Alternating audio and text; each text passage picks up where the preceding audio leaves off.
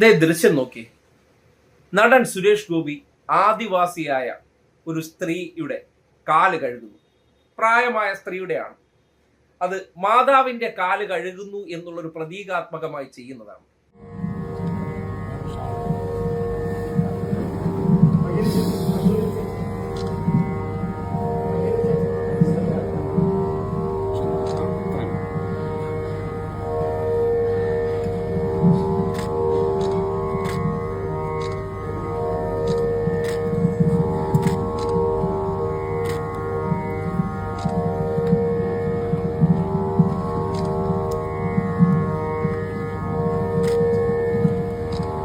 പീച്ചി ആദിവാസി സമൂഹത്തിൽ നിന്നുമെത്തിയ ഓമനാമയും ഷീബാമയും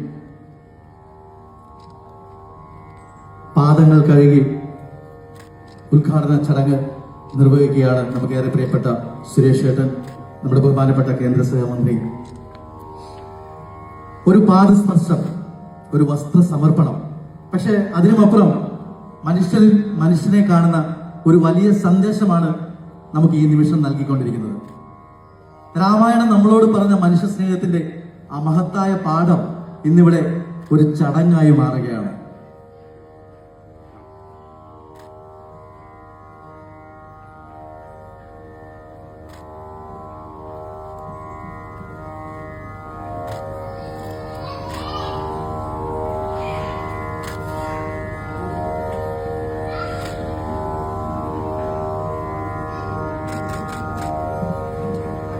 ഈ മഹത്തായ ഉദ്ഘാടന കർമ്മത്തിന് തീർച്ചയായും നമ്മൾ സന്തോഷത്തോടെ നിറകൈകളോടുകൂടി തന്നെ സ്വീകരിക്കുക. നിങ്ങൾ കരുതുന്നുണ്ടോ സുരേഷ് ഗോപി എന്ന വ്യക്തി ആത്മാർത്ഥമായിട്ടാണ് ഇക്കാര്യം ചെയ്യുന്നതെന്ന്? അങ്ങനെ നിങ്ങൾ വിചാരിക്കുന്നുണ്ടെങ്കിൽ നിങ്ങൾക്ക് അല്പം പോലും ചിന്താശേഷിയില്ലെന്നാണ്. നിങ്ങൾ തന്നെ ആലോചിക്കുക.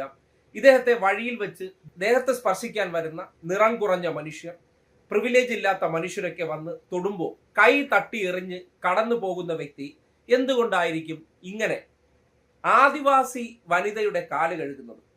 നമ്മുടെ നാട്ടിൽ ചില മനുഷ്യരെയൊക്കെ വിനയാന്വിതരാക്കാൻ, നന്മ മരമാക്കാൻ, മാതൃകാ പുരുഷനാക്കാൻ ചില PR പണികൾ ക്യാമറ ഓൺ ചെയ്ത് വെച്ച് ചെയ്യിക്കും.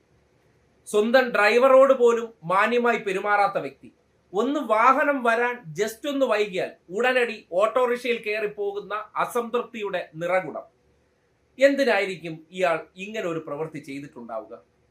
വെറുതെ ചെയ്തല്ല, അതിന് നിയോഗിക്കപ്പെട്ടതാണ്. ചില ഗുണമുള്ള കാര്യങ്ങൾ കിട്ടുമെങ്കിൽ നമ്മൾ കഴുതയുടെ കാലും പിടിക്കുമെന്ന് പറയുന്ന പോലെ, ഇത് ആ സ്ത്രീകളെ അധിക്ഷേപിക്കാനല്ല, നമ്മുടെ നാട്ടിലെ ഒരു നാട്ടുവാചകം പോലെ പറയാറുള്ള വാചകമാണ്. എന്തെങ്കിലും ഗുണമുള്ള കാര്യത്തിന് നമ്മൾ കാല് പിടിക്കാനും തയ്യാറാകണം. അല്ലാതെ സ്വന്തം ഇഷ്ടപ്രകാരമോ സ്വന്തം ആഗ്രഹപ്രകാരമോ വീട്ടിൽ ജോലിക്ക് നിൽക്കുന്ന ഒരു സ്ത്രീയുടെ കാല് ഇതുവരെയെങ്കിലും സുരേഷ് ഗോപി കഴുകിക്കൊടുത്ത് കാണുമെന്ന് നിങ്ങൾ വിശ്വസിക്കുന്നുണ്ടോ? ഇല്ലല്ലോ. പിന്നെ എന്തുകൊണ്ടായിരിക്കും ആദിവാസികളുടെ കാല് കഴുകിയെന്ന് പറഞ്ഞാൽ? ആദിവാസിപ്പെട്ട ആൾക്കാരെ സംഘപരിവാറിലേക്ക് അടുപ്പിക്കണമെന്നുണ്ടെങ്കിൽ ഇതുപോലുള്ള ചില കാലുപിടുത്തങ്ങൾ ആവശ്യമാണ്. ആ കാലുപിടുത്തങ്ങൾ കഴിഞ്ഞ കാലത്തൊന്നും ചെയ്യാതെ ഇപ്പോൾ ചെയ്യുന്നതെന്ന് പറഞ്ഞാൽ ഞങ്ങൾക്ക് നഷ്ടപ്പെട്ടു പോയ സവർണ ആധിപത്യം തിരികെ കൊണ്ടുവരണമെങ്കിൽ ചില കാലൊക്കെ കഴുകിയേ പറ്റുള്ളൂ. അങ്ങനെ കഴുകി കൊടുത്താലേ ഇവരെ കൂടി ഒപ്പം നിർത്തിയിട്ട് ജനാധിപത്യത്തിൽ രാജഭരണ കസേരകൾ കിട്ടണമെന്നുണ്ടെങ്കിൽ അവർ കൂടി കനിയണം. അപ്പോ അങ്ങനെ പ്രിവിലേജ് ഇല്ലാത്ത മനുഷ്യരെ നമ്മുടെ ചില കാര്യങ്ങളൊക്കെ കാണണമെന്നുണ്ടെങ്കിൽ കാല് പിടിക്കേണ്ടി വന്നാൽ കാല് പിടിക്കണമെന്നേ, കാല് കഴുകേണ്ടി വന്നാൽ കാല് കഴുകുമെന്നേ.